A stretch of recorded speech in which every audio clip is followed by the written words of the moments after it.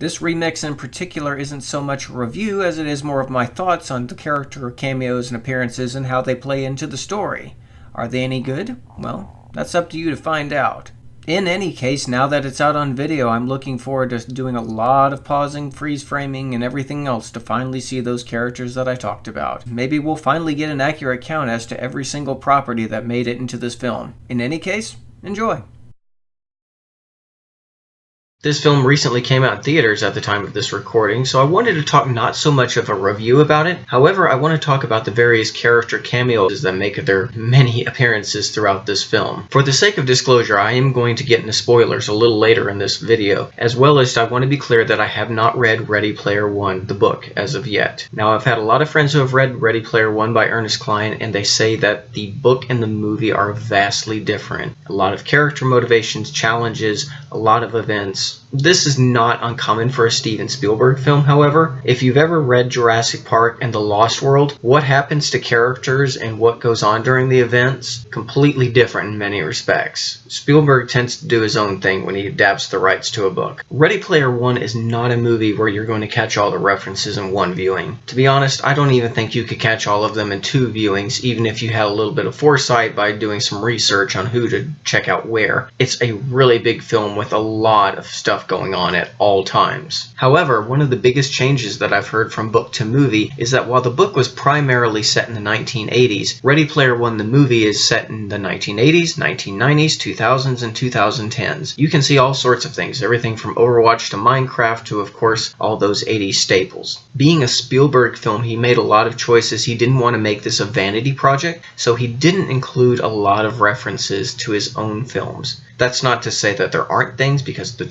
T-Rex from Jurassic Park makes an appearance, and films that he produced such as Back to the Future and Gremlins, they do have little tiny well, I say that, but Ready Player One has the DeLorean full front and center in this movie several times. But in terms of seeing a lot of Spielberg references, although I consider him instrumental from so many things, from Close Encounters of the Third Kind, E.T., Raiders of the Lost Ark, Jaws, so on and so forth, you will see a few things, but don't really expect to see a lot of Spielberg's work in here. There have been a handful of films in the past, such as Lego Movie, Wreck-It Ralph, Who Framed Roger Rabbit. Although one of the biggest things I did notice about this particular film, for Disney films like Who Framed Roger Rabbit and Wreck-It Ralph, you will see a lot of Warner Brothers properties in there. In Roger Rabbit, you see Daffy Duck. In Wreck-It Ralph, you will see a lot of the Midway titles that Warner Brothers acquired in the last few years. However, if you look at films like Lego Movie, and especially Ready Player One, Disney does not play in these films. Star Wars was briefly in the Lego Movie only because Disney hadn't bought the Star Wars property at that point. Yet when you look at Ready Player One, there is absolutely no reference of anything Disney, Marvel, or Star Wars in this film.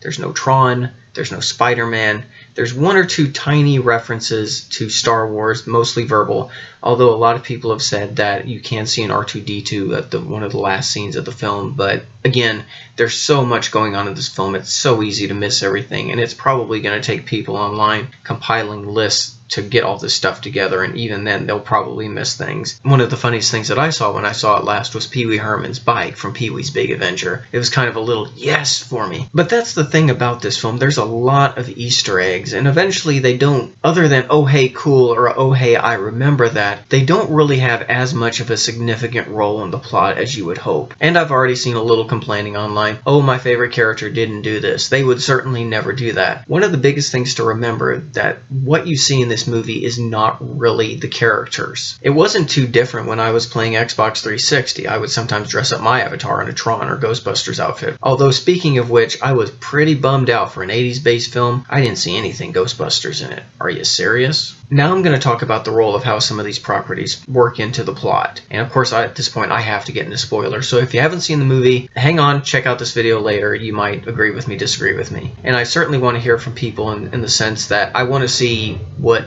you saw that I didn't, and vice versa. I'd love to open up a discussion about that. One of the biggest things that I noticed about this film is that other than the oh hey cool moment or a lot of side exposition, a lot of things didn't really play into things. I mean, again, there were a lot of great things that I saw, everything from Freddy Krueger to Jason Voorhees to Battletoads to insert this this and this, and it was probably in there. I saw Hello Kitty at one point. Again, just a little bit of everything, and it was really interesting to me. But a lot of it almost felt like it was meme-worthy. It was kind of that one meme that was going around on Facebook for so long that kind of just jumbled a bunch of properties together. It was cool and funny and interesting on one hand, but it's almost like dropping in conversation that you're sneaking past Megatron as you're making your way through Death Mountain with your proton pack attached. All that stuff is great, and it certainly brings up different levels of nostalgia, and oh, I remember that, and I see what you did there. But very little of it had reference to the plot, and that kind of bothered me. I like having things in movies that actually will be used. And that's not to say that there weren't. There were a couple of really great scenes. In any case, Spielberg's done a lot of blockbusters over the years, and of course his action sequences are always great. There, of course, is the giant race through Delta City from RoboCop, where it's a number of cars, everything from the Mach 5 to the Batmobile to Bigfoot, and they're all racing through to get the first key, the first of 3 keys. And there's a ton of stuff going on, and there's, of course, obstacles that try to stop them as they're going through everything from the T-Rex from Jurassic Park to King Kong. For me, the nostalgic showcase piece in this film was the second challenge, in which they were trying to find information about James Halliday's one and only date. In this particular challenge, they went into the set of The Shining. And it played really well because it was one of those things where they actually did interact with everything in there. You had the gross naked zombie lady in there, you had the twins, you had the elevator of blood, you had the ballroom to an extent, but everything looked just like the movie. Even Jack Torrance makes an appearance. You know it's him, although they don't show the face, so you don't get to see Jack Nicholson, and you don't get to hear the "Here's Johnny"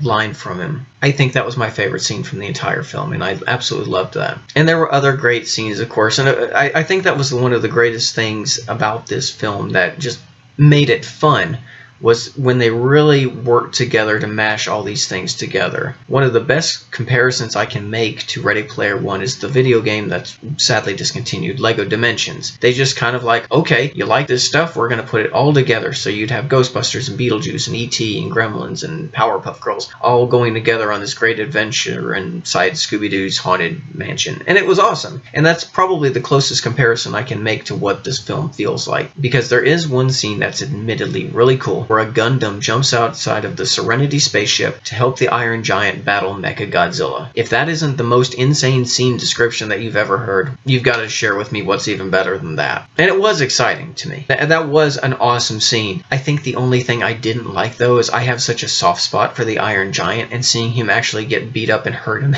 made me really sad. It just kind of upset me, to be honest. They did an interesting little Terminator 2 reference toward the end of that scene, but man, I really like the Iron Giant. It kind of went against his whole, he wanted to be a pacifist and not be a living weapon sort of thing. So it was a little bit of a thing, but again, you have to remember these aren't the characters, they're simply player avatars. I think for me, one of the most resonant scenes in this entire film was the third challenge, because in Halliday's challenge, you had to go decipher all these clues and ultimately find this giant golden Easter egg. Very reminiscent of the whole Willy Wonka, I've hidden the wonderful prize, and you get the keys to the kingdom if you get it. And to me, the golden Easter egg, the way they referenced it and the way they put it as a challenge was actually, I'd have to use the word touching, because I grew up in the Atari age as well. So games like Pitfall, Yars' Revenge, certainly Adventure. One of the other games that I thought might have had a greater role since they started getting into this whole scene with Atari 2600 is the Sword Quest series. It was supposed to be 4 games, but only ended up 3, and 3 is such a weird send-away item anomaly. The average player really doesn't have it outside of emulation and compilation packs. But that was a whole thing where you had to go solve all these clues, and you'd win these ultimate wonderful jewel challenges that disappeared during the great video game crash. See, this is what this type of film does to me. It starts making me pull out all this weird trivia. Anyway, what I was getting into, Adventure was very much one of those types of games as well. Back in the early Atari games, Adventure came out in 1979. Atari wanted to be known as a singular entity, not a collection of programmers and designers and artists and people. It wanted to be known as Atari, not a game by. Warren Robinett wasn't feeling this, and so he did this slightly convoluted series of events that if you picked up a little certain dot in a certain room and went to another certain room and passed through this one line, you would see a symbol created by Warren Robinett right in the middle of the screen. And the way they described it as just this ultimate Easter egg as a part of being the ultimate Easter egg in film, I don't know, there was just something really beautiful about it in the sense that James Halliday's motivations were also similar. He just wanted to make something special. He wanted to create this incredible world as his own legacy, and I don't know, it got to me. Is Ready Player One a strong enough film without all the references? There were a lot of familiar story tropes. I don't feel like it really breaks any new storytelling ground. Not in the sense of does it do anything new. It feels very much like an 80s film. There are a lot of predictable plot beats. They try to make the challenges and the riddles a little complex, but really when they are discovered and solved, they do make sense in retrospect, and it's kind of cool. They did their homework on that. However, sometimes I do feel that those references and cameos do detract from the film because they're talking about a crucial plot point when Sonic the Hedgehog and a Ninja Turtle and Spawn are flopping across the screen, and so you're just like, oh wow, that's cool, and then it's, oh wait, they're talking. So that was one of the biggest distractions for me on that. It's when they made the actual references mean something in context of the story do I feel that the film succeeded, and I feel the film actually made its geeky nostalgia work. I didn't feel Ready Player One was a bad film by any means. I found it distracting at times, which I think that's kind of the point of what it was trying to do, but at the same time, I do think sometimes that worked against it. And I think it's one of those films that I eventually will pick up because I do want to see all of the stuff that they managed to cram in this film. You know, maybe I'm wrong. Maybe they did cram in some things that I thought they didn't. Maybe there is a Ghostbuster reference in there. Maybe there is some Disney thing. It sounded like the people behind the scenes slid as much stuff as they possibly could into every scene. Maybe they got something past someone's lawyers, I don't know. In terms of seeing everything, I think it's going to take a lot of research, and I think it's going to take a lot of viewing, and I think it's going to take a lot of getting this on video, pausing the screen, and just slowly going through frame by frame. Anyway, that's my thought on the character appearances in Ready Player One. Feel free to share with me some of your own thoughts and discoveries that you found out through Ready Player One. Do you agree with me that all the excessive cameos were a little distracting, or do you think they were just enough? Do you think they were not enough? Do you wish characters did more things? Do you wish for a sequel that they can do even more? If they do a sequel, and if Spielberg ends up directing the next one, I do hope that he kind of relaxes on his own properties because he's so very much the voice of the 80s. And to be honest, if they ever do a Ready Player 2, I hope that Disney by that time learns how to play nice and will actually share some of its own properties. I wouldn't mind seeing the Avengers. I wouldn't mind seeing Pirates of the Caribbean or Mickey Mouse or Darth Vader. I'm sure there would be a ton of Darth Vaders and Boba Fett's in a world like this, and just not seeing it because Disney will grant you an appearance in their films, but they're not going to have anything to do with your film. I think that's disrespectful to the studios. I mean, I guess they're planning to buy those studios all down the line anyway. That's just Disney, but there are certain things about modern Disney that doesn't really sit well with me.